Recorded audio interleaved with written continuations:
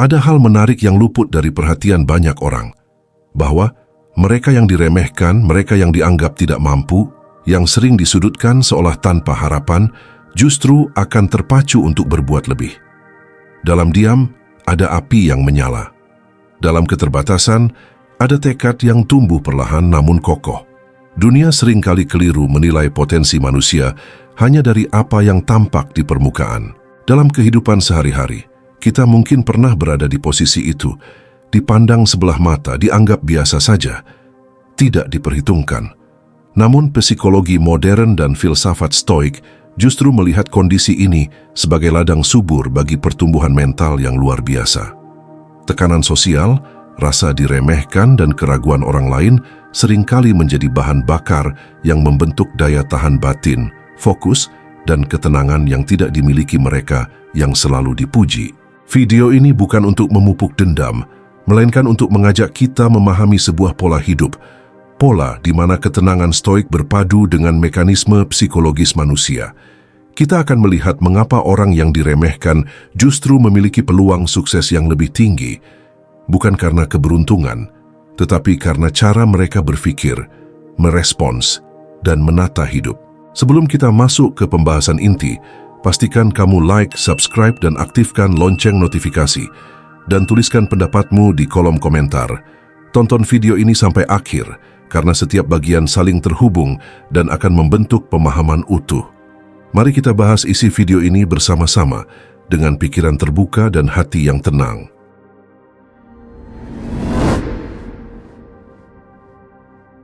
Bagian 1.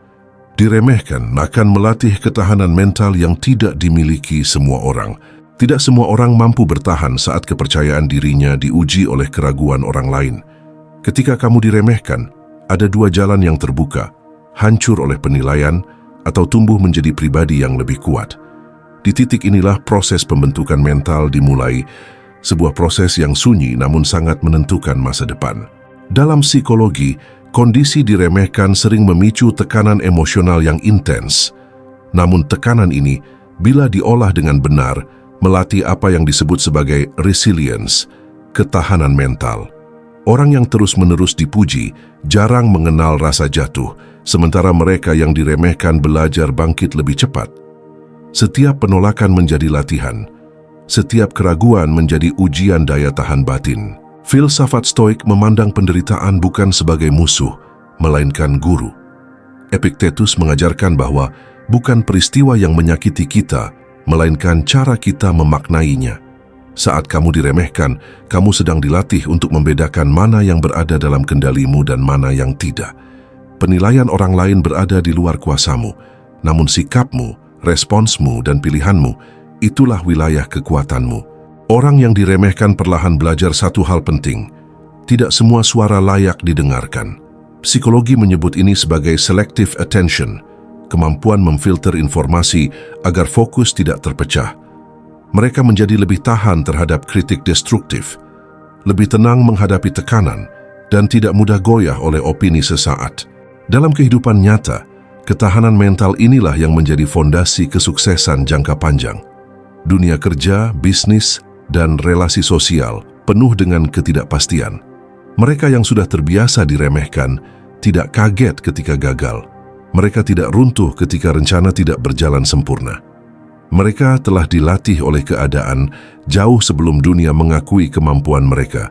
Stoikisme juga mengajarkan amor fati, mencintai takdir termasuk bagian yang pahit. Orang yang diremehkan tanpa sadar belajar menerima kenyataan tanpa mengeluh berlebihan. Penerimaan ini bukan kelemahan, melainkan bentuk kedewasaan emosional.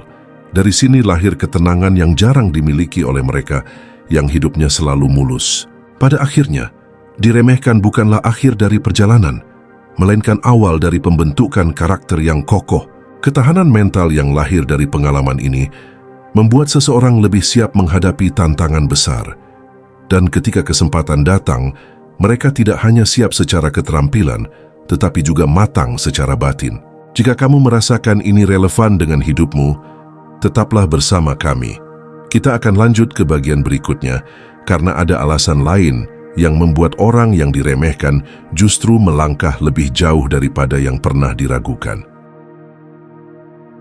Bagian 2. Orang yang diremehkan akan bersandar pada diri sendiri, bukan validasi. Ada momen dalam hidup ketika kamu menyadari bahwa dukungan tidak selalu datang dari luar.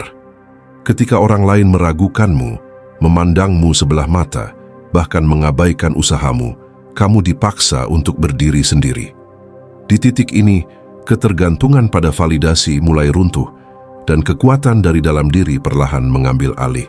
Psikologi menjelaskan bahwa manusia yang terlalu bergantung pada pengakuan eksternal cenderung rapuh secara emosional. Harga diri mereka naik dan turun mengikuti pendapat orang lain. Sebaliknya, mereka yang diremehkan sejak awal belajar membangun internal locus of control. Keyakinan bahwa hidup mereka ditentukan oleh tindakan sendiri, bukan penilaian lingkungan. Dalam pandangan Stoik, kebebasan sejati muncul ketika kita tidak menggantungkan ketenangan batin pada hal-hal di luar kendali. Marcus Aurelius mengingatkan bahwa pujian dan celaan sama-sama bersifat sementara. Orang yang diremehkan tanpa sadar sedang berlatih untuk tidak menggantungkan nilai diri pada tepuk tangan manusia. Ketika validasi eksternal menghilang, fokus pun berubah. Energi yang sebelumnya habis untuk membuktikan diri kepada orang lain, kini dialihkan untuk memperbaiki kualitas diri. Ini bukan lagi tentang terlihat hebat, tetapi menjadi lebih baik. Psikologi menyebut proses ini sebagai self-driven motivation, dorongan yang lahir dari tujuan, bukan dari pengakuan. Dalam kehidupan sehari-hari, orang seperti ini cenderung lebih konsisten. Mereka bekerja bahkan ketika tidak ada yang memperhatikan. Mereka belajar meski tidak ada yang memuji. Kebiasaan inilah yang dalam jangka panjang menghasilkan keunggulan nyata. Saat orang lain berhenti karena kehilangan dukungan, mereka justru terus melangkah. Stoikisme menekankan pentingnya hidup selaras dengan nilai, bukan opini. Orang yang diremehkan seringkali menemukan nilai hidupnya lebih cepat karena mereka tidak sibuk menyenangkan semua orang. Mereka belajar menerima bahwa tidak semua orang harus setuju, dan itu tidak masalah. Pada akhirnya, bersandar pada diri sendiri bukan berarti menutup diri dari dunia, melainkan memiliki pusat ketenangan yang stabil. Orang yang diremehkan tumbuh dengan fondasi ini. Ketika dunia akhirnya memperhatikan, mereka tidak lagi membutuhkannya. Mereka sudah cukup kuat, bahkan sebelum diakui. Jika kamu pernah merasa berjalan sendirian, tetaplah di sini. Kita akan lanjut ke bagian berikutnya, karena ada alasan lain yang membuat mereka yang diremehkan justru unggul dalam fokus dan disiplin hidup. Bagian 3. Mereka yang diremehkan cenderung akan mengasah fokus dan disiplin tanpa pamer. Tidak ada sorotan, tidak ada tepuk tangan, dan tidak ada ekspektasi besar. Justru dalam kondisi inilah fokus sejati lahir. Ketika kamu diremehkan, tidak ada dorongan untuk tampil atau membuktikan sesuatu secara instan. Yang tersisa hanyalah pilihan sederhana, bekerja dalam diam atau berhenti sama sekali. Psikologi menjelaskan bahwa minimnya perhatian sosial dapat mengurangi distraksi. Orang yang tidak terus-menerus diawasi atau dinilai cenderung memiliki deep focus, kemampuan untuk tenggelam dalam proses tanpa terganggu oleh keinginan akan pengakuan. Mereka tidak sibuk membangun citra karena memang tidak ada panggung untuk dipamerkan. Dalam perspektif Stoik, tindakan terbaik adalah tindakan yang dilakukan karena memang benar untuk dilakukan, bukan karena ingin dilihat. Epictetus mengajarkan bahwa kualitas karakter tidak membutuhkan saksi. Orang yang diremehkan seringkali hidup dalam prinsip ini. Meski mereka tidak pernah menyadarinya secara sadar, disiplin pun tumbuh secara alami. Ketika tidak ada yang menyemangati atau mengawasi, rutinitas harus dibangun dari komitmen pribadi. Psikologi menyebut ini sebagai self-discipline intrinsic, disiplin yang tidak bergantung pada tekanan eksternal. Inilah bentuk disiplin yang paling tahan lama. Dalam kehidupan sehari-hari, kita bisa melihat pola ini pada orang-orang yang diam-diam terus belajar, terus berlatih, dan terus memperbaiki diri. Mereka jarang mengumumkan progresnya. Mereka tidak sibuk membandingkan diri dengan orang lain. Fokus mereka tertuju pada satu hal, menjadi sedikit lebih baik dari kemarin. Stoikisme memandang kerja sunyi sebagai latihan jiwa.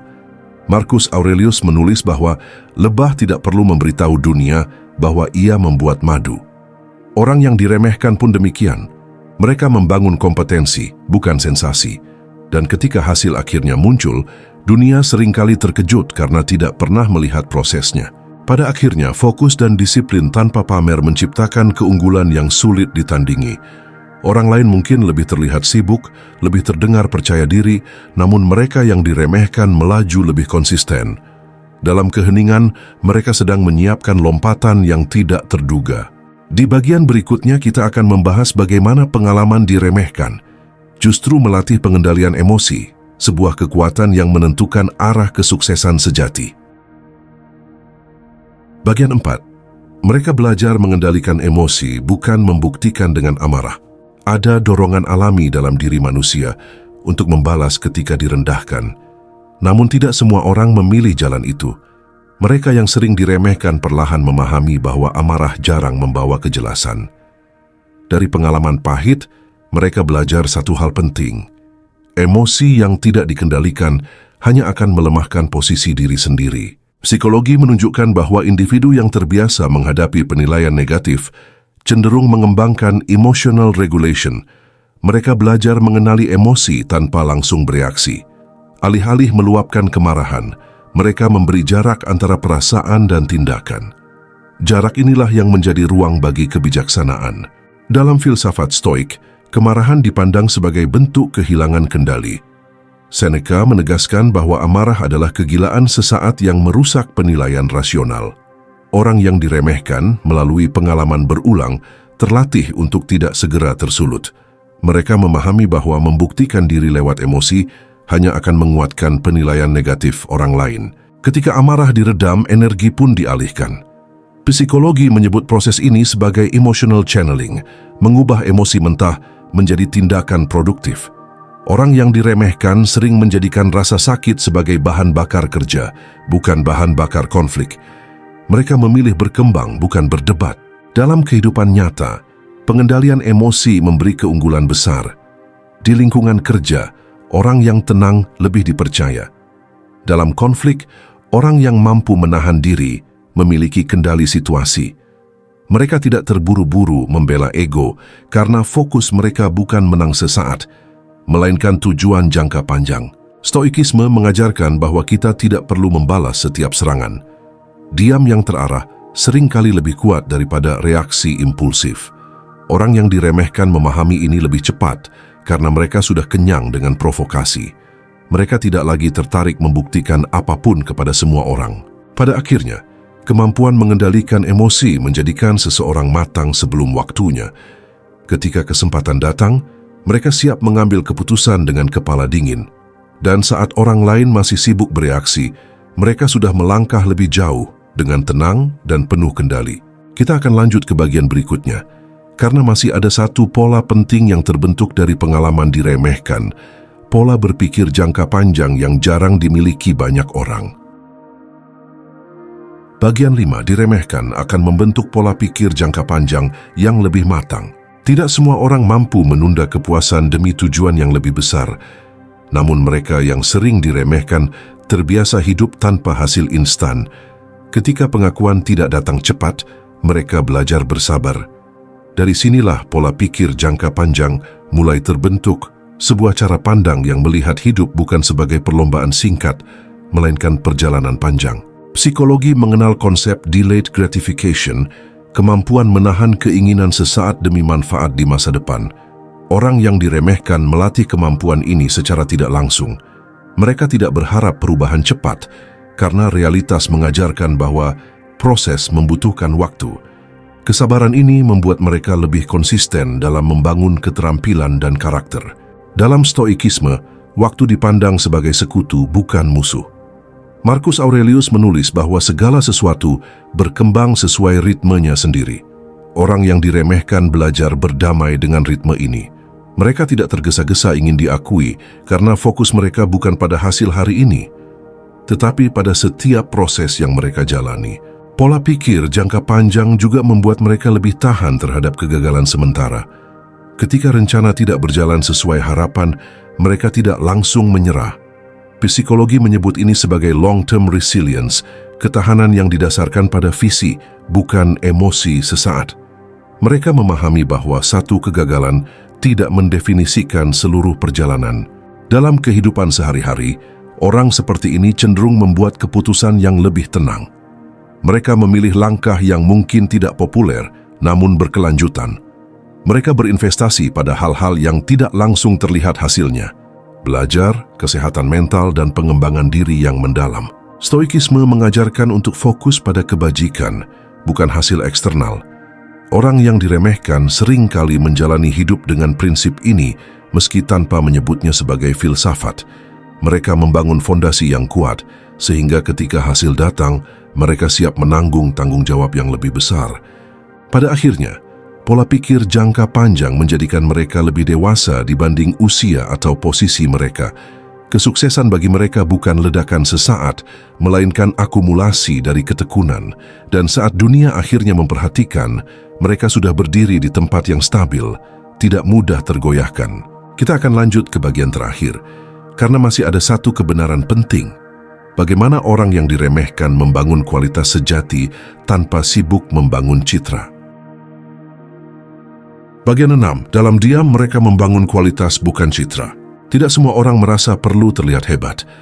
Mereka yang diremehkan justru terbiasa bekerja tanpa sorotan, karena sejak awal tidak dianggap, mereka tidak memiliki kepentingan untuk menciptakan kesan. Yang mereka kejar bukan pengakuan, melainkan kemajuan yang nyata dan bisa dipertanggungjawabkan. Psikologi menjelaskan bahwa fokus pada citra sering menguras energi mental. Orang yang sibuk terlihat pintar, sibuk terlihat sukses, cenderung kehilangan waktu untuk benar-benar berkembang. Sebaliknya, mereka yang diremehkan lebih bebas dari tekanan ini. Mereka tidak terikat pada ekspektasi publik, sehingga bisa sepenuhnya berkonsentrasi pada kualitas diri. Dalam stoikisme, kebajikan tidak memerlukan penonton. Marcus Aurelius mengingatkan bahwa hidup yang baik adalah hidup yang selaras dengan nilai, bukan reputasi. Orang yang diremehkan menjalani prinsip ini secara alami. Mereka mengasah kemampuan, memperbaiki karakter, dan memperdalam pemahaman hidup tanpa perlu mengumumkannya. Kualitas yang dibangun dalam diam biasanya lebih tahan uji. Karena tidak dibuat untuk pamer, kualitas itu lahir dari kebutuhan nyata. Psikologi menyebut ini sebagai mastery orientation, orientasi pada penguasaan, bukan pengakuan. Orang seperti ini tidak mudah goyah oleh kritik, karena mereka tahu persis seberapa jauh mereka telah berkembang. Dalam kehidupan nyata, dunia seringkali terlambat menyadari orang-orang semacam ini. Ketika mereka akhirnya muncul ke permukaan, banyak yang terkejut. Bukan karena mereka tiba-tiba hebat, tetapi karena proses panjangnya tidak pernah terlihat. Mereka sudah siap jauh sebelum kesempatan datang. Stoikisme mengajarkan ketenangan dalam keberhasilan. Orang yang diremehkan tidak mudah mabuk pujian karena mereka pernah hidup tanpa itu. Mereka tetap sederhana, tetap fokus, dan tetap sadar bahwa semua yang berada di luar kendali tidak layak dijadikan sumber harga diri. Pada akhirnya, membangun kualitas tanpa membangun citra menjadikan kesuksesan terasa lebih tenang dan bermakna. Tidak rapuh, tidak tergantung pada opini, dan tidak perlu pembuktian berlebihan. Inilah mengapa orang yang diremehkan seringkali tidak hanya sukses, tetapi juga matang secara batin. Jika kamu merasa perjalanan ini mencerminkan hidupmu, kita akan menutup pembahasan ini dengan sebuah kesimpulan yang merangkum semuanya secara utuh dan reflektif. Akhirnya kita sampai pada suatu kesimpulan bahwa diremehkan bukanlah kutukan, melainkan proses pembentukan. Dari tekanan, lahir ketahanan mental. Dari kesendirian, tumbuh kemandirian batin. Dan dari ketiadaan sorotan, tercipta fokus, disiplin, serta kualitas yang jarang dimiliki banyak orang. Psikologi dan stoikisme bertemu pada satu titik yang sama. Manusia tidak dibentuk oleh kenyamanan, melainkan oleh cara ia merespons keadaan. Orang yang diremehkan belajar mengendalikan emosi, berpikir jangka panjang, dan membangun nilai diri dari dalam. Mereka tidak hidup untuk membuktikan sesuatu kepada semua orang, melainkan untuk menjadi versi terbaik dari dirinya sendiri. Kesuksesan yang lahir dari proses ini biasanya lebih tenang, lebih stabil dan lebih bermakna. Bukan kesuksesan yang rapuh karena pujian, bukan pula yang runtuh oleh kritik. Mereka yang pernah diremehkan tahu bahwa nilai sejati tidak perlu diumumkan, ia akan terlihat dengan sendirinya pada waktunya. Jika video ini memberi sudut pandang baru untukmu, jangan lupa like, subscribe, dan aktifkan lonceng notifikasi, serta tuliskan pandanganmu di kolom komentar. Terima kasih telah menonton sampai akhir. Semoga pembahasan ini menemanimu untuk tetap tenang, bertumbuh, dan melangkah dengan mantap, meski dunia belum sepenuhnya mengerti perjalananmu.